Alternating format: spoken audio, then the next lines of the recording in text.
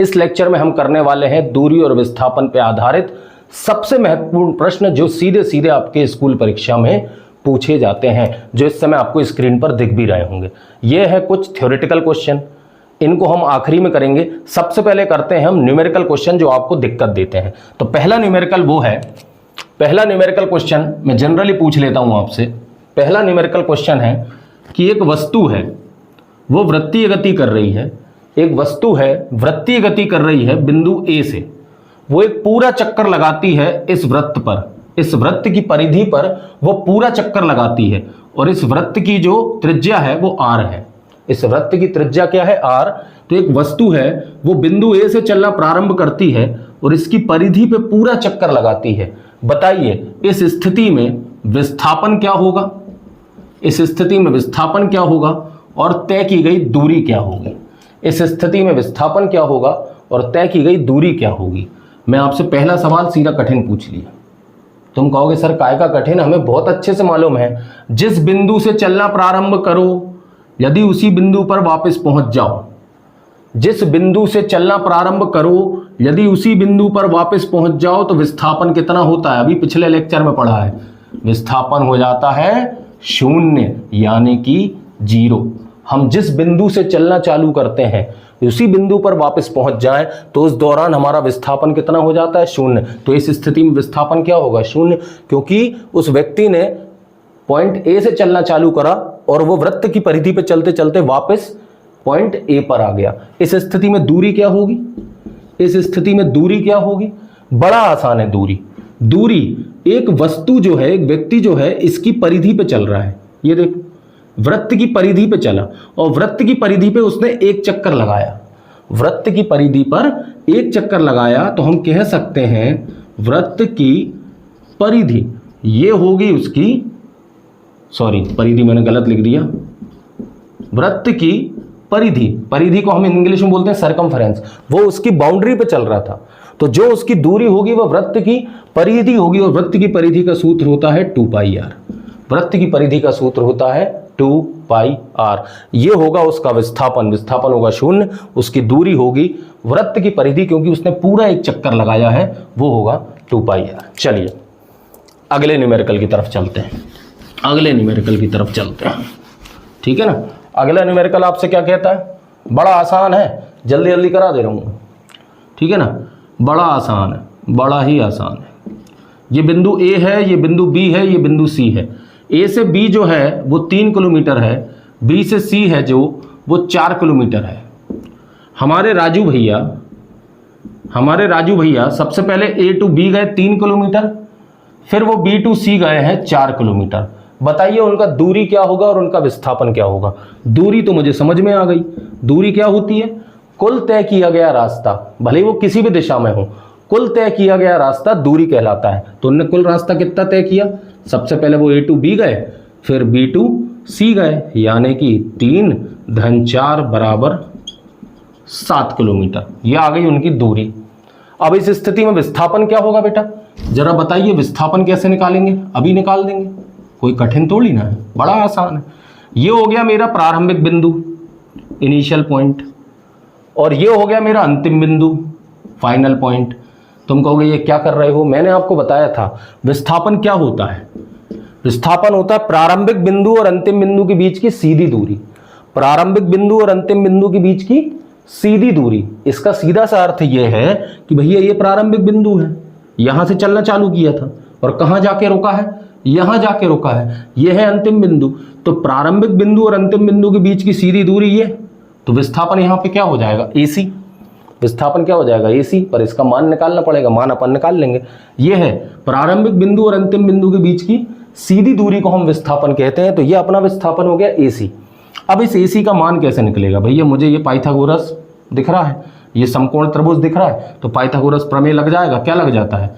कर्ण का वर्ग बराबर लंब का वर्ग धन आधार का वर्ग। कर्ण का वर्ग बराबर लंब का वर्ग धन आधार का वर्ग। कर्ण कौन है? कर्ण AC का वर्ग। लंब कौन है? लंब मान लो BC का वर्ग, और आधार कौन है? यानी कि AB का वर्ग, ठीक है ना। तो ये अपना AC निकल जाएगा। BC की वैल्यू कितनी है? 4 किलोमीटर, 4 का वर्ग। AB कितना है? 3 का वर्ग, 4 का वर्ग 16, 3 का वर्ग 9, और ये AC का वर्ग चल ही रहा है, वर्गमूल उस तरफ आ जाएगा, तो 16 धन 9 25, तो AC का मान आ गया 5 किलोमीटर। तो आप देख सकते हो दूरी तय की गई, दूरी आई है 7 किलोमीटर और तय किया गया विस्थापन आया है 5 किलोमीटर। तो ये बात तो तय है भैया, विस्थापन का मान हमेशा दूरी से कम होता है, सिखाया भी था।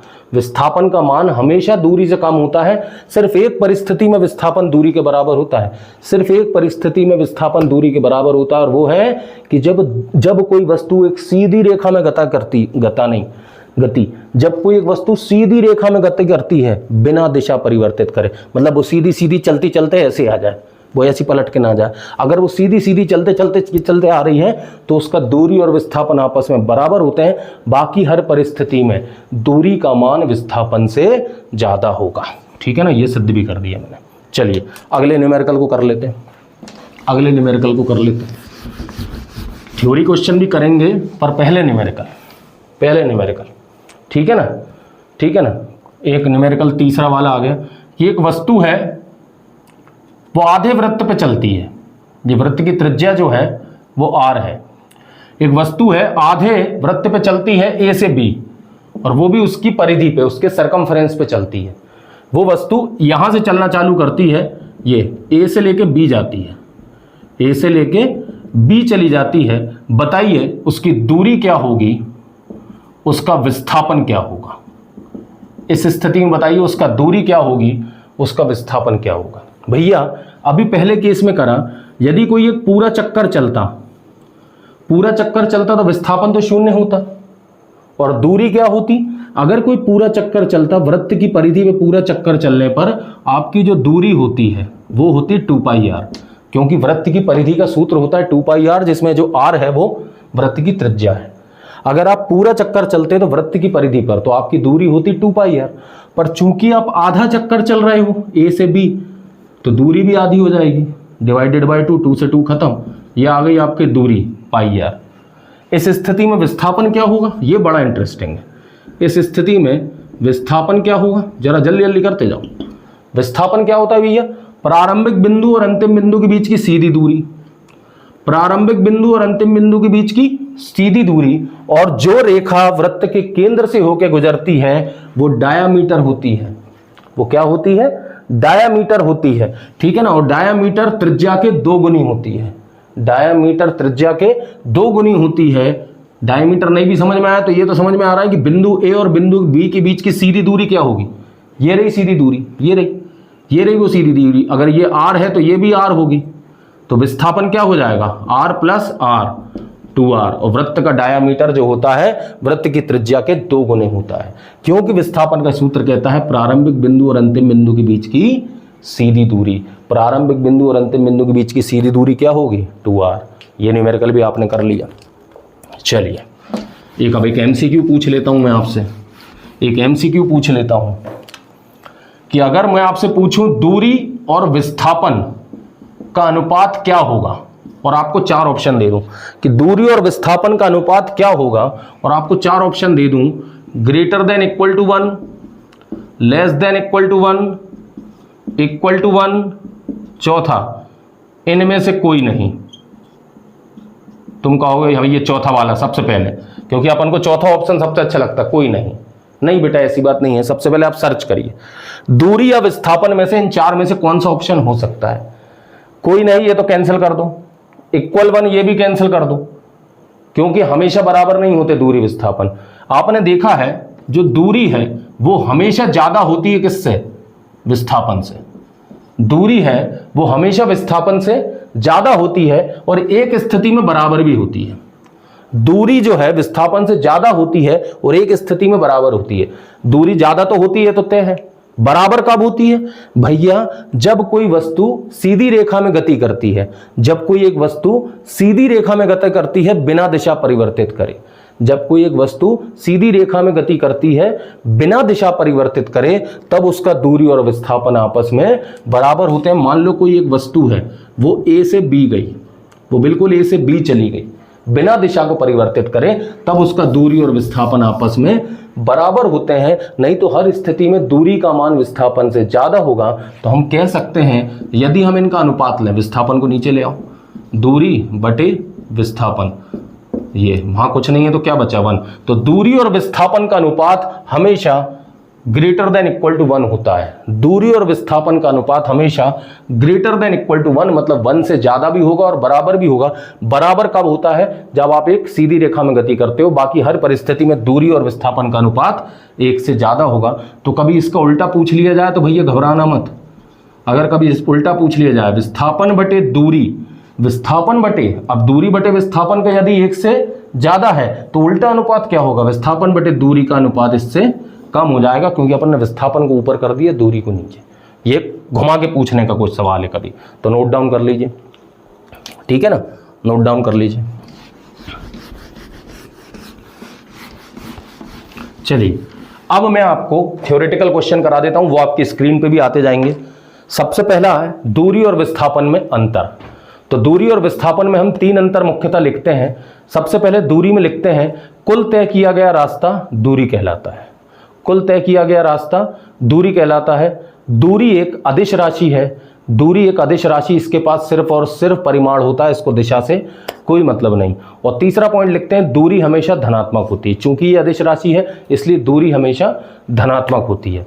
विस्थापन के 3 पॉइंट में पहला आता है उसकी परिभाषा, कि प्रारंभिक बिंदु और अंतिम बिंदु के बीच की सीधी दूरी, प्रारंभिक बिंदु और अंतिम बिंदु के बीच की सीधी दूरी को विस्थापन कहते हैं।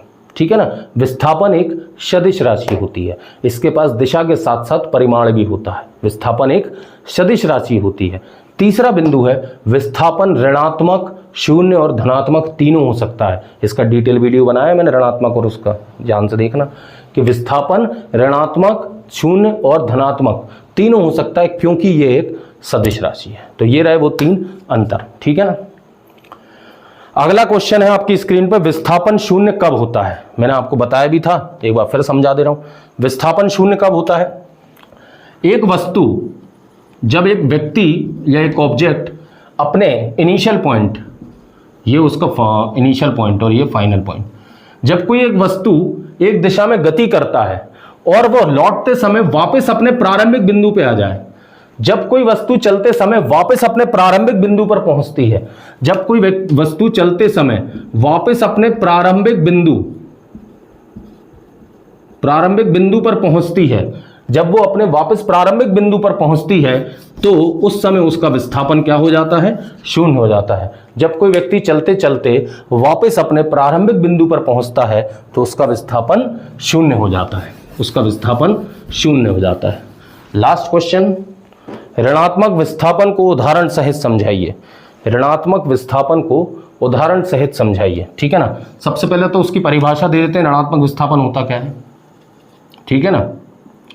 किसी का प्रारंभिक बिंदु ये था, एक व्यक्ति ने यहां चलना चालू करा, वो ए से बी चला गया और लौटते समय वो अपने प्रारंभिक बिंदु को भी विपरीत दिशा में क्रॉस कर गया।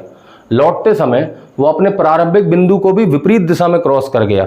इस स्थिति में उसका विस्थापन ऋणात्मक होता है। तो समझने के लिए और लिखने के लिए कैसे लिखेंगे कि जब कोई एक व्यक्ति, इसको उदाहरण सहित ही परिभाषित करेंगे, जब कोई एक व्यक्ति अपने प्रारंभिक बिंदु को भी विपरीत दिशा से चला जाता है, जब कोई एक व्यक्ति अपने प्रारंभिक बिंदु से विपरीत दिशा में गति करने लगता है, जब कोई एक व्यक्ति अपने प्रारंभिक बिंदु से विपरीत दिशा में गति करने लगता है, तब उसके द्वारा तय किया गया विस्थापन ऋणात्मक होता है। तब उसके द्वारा तय किया गया विस्थापन ऋणात्मक होता है। मान लीजिए -3 किलोमीटर, तो ये विपरीत दिशा को प्रदर्शित कर रहा है। माइनस का कतई मतलब नहीं कि हम कुछ नहीं चले, ऋण चिन्ह का सिर्फ यहां मतलब ये है कि आपने जो 3 किलोमीटर चला है वो आपकी विपरीत दिशा में चला है। ये आपका प्रारंभिक बिंदु है, ये आपका निर्देश बिंदु रेफरेंस पॉइंट था, ये आपकी शुरुआती स्थिति थी, आप इससे विपरीत दिशा में जा रहे हो, इसलिए आपका विस्थापन ऋणात्मक होता है।